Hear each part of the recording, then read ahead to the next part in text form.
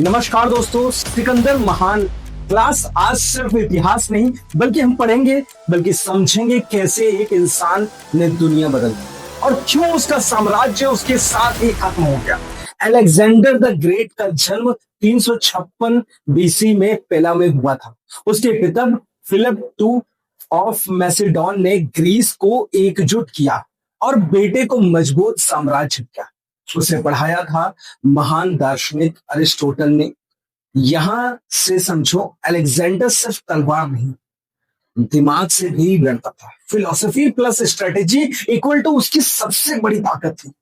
सत्ता और विस्तार यानी कि पावर एंड एक्सपेंशन। 336 ईसा पूर्व में 20 साल की उम्र में राजा बना और फिर शुरू हुआ वर्ल्ड कंक्वेस्ट मिशन, यानी सबसे बड़ी बैटल ऑफ गौगामेला, जहां उसने डेरियस थ्री को हराया। और अलेक्जेंडर ने सिर्फ युद्ध नहीं जीते बल्कि उसने speed plus surprise plus formation यानी कि फैलेंक्स का यूज किया। एंड इतिहासकार मानते हैं कि उसने कभी कोई बड़ा युद्ध नहीं हारा है।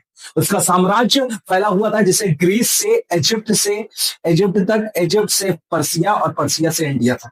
यानी कि इतना बड़ा साम्राज्य पहली बार। लेकिन ध्यान देना, ये टिक नहीं पाया। क्यों? स्ट्रॉन्ग प्रशासनिक सिस्टम नहीं, सब कुछ एक व्यक्ति अलेक्जेंडर पर डिपेंड था। भारत में प्रवेश कैसे हुआ? 327 बीसी में अलेक्जेंडर द ग्रेट ने हिंदू कुश माउंटेन पार किए। सबसे पहले उसने नॉर्थ वेस्ट इंडिया यानी कि आज का पाकिस्तान, पंजाब रीजन में एंट्री ली और उसने इंडस रिवर को पार किया। ठीक है, यानी कि क्या है, 326 ईसा पूर्व में खैबर दर्रे पास के रास्ते से भारत आया और उसने सबसे प्रयुक्त यानी कि हाइडेस्पेस का युद्ध लड़ा।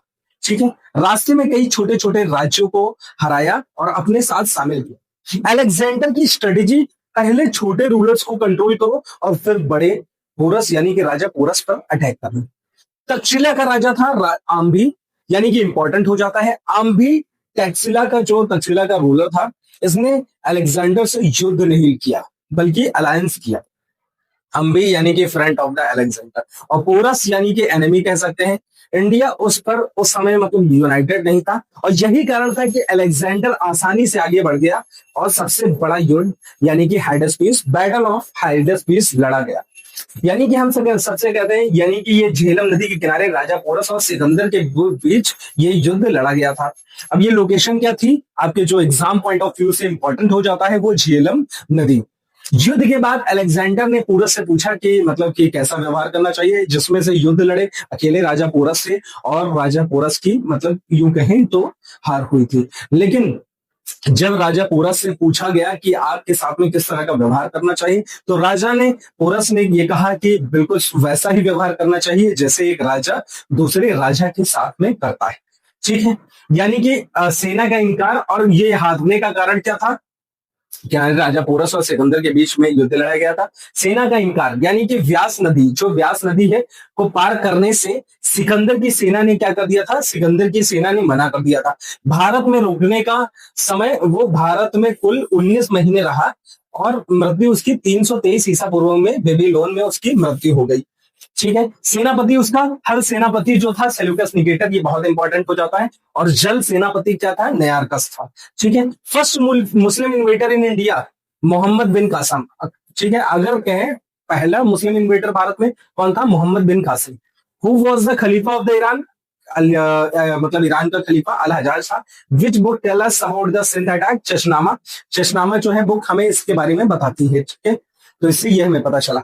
यानी कि अगर हम अगर हम बात करेंगे एंट्री, यानी कि 327 बीसी में एंट्री हुई। Important river Indus and Jhelum. Battle क्या कहलाती है, हाइडेस्पीस। एंड इंडियन किंग, मतलब उस समय राजा कौन थे, राजा पोरस। और अली जो है कौन था, आपका अम्भी जो तक्षशिला से। रिटर्न रीजन क्या हुआ, इसका मुख्य कारण यानी कि आर्मी का मना करना, आर्मी रिफ्यूजल। और सिकंदर भारत में जीता जरूर, लेकिन भारत उसे रोकने वाला पहला क्षेत्र बना। यहीं से उसकी विजय यात्रा रुक गई। तो दोस्तों, ये रहा आपका सिकंदर का इतिहास। और इसी तरीके से हम आपको हमारे चैनल को सब्सक्राइब करें ताकि आपके लिए आगे भी छोटे छोटे चीजें क्विक रिवीजन वाली लेके आ सकें।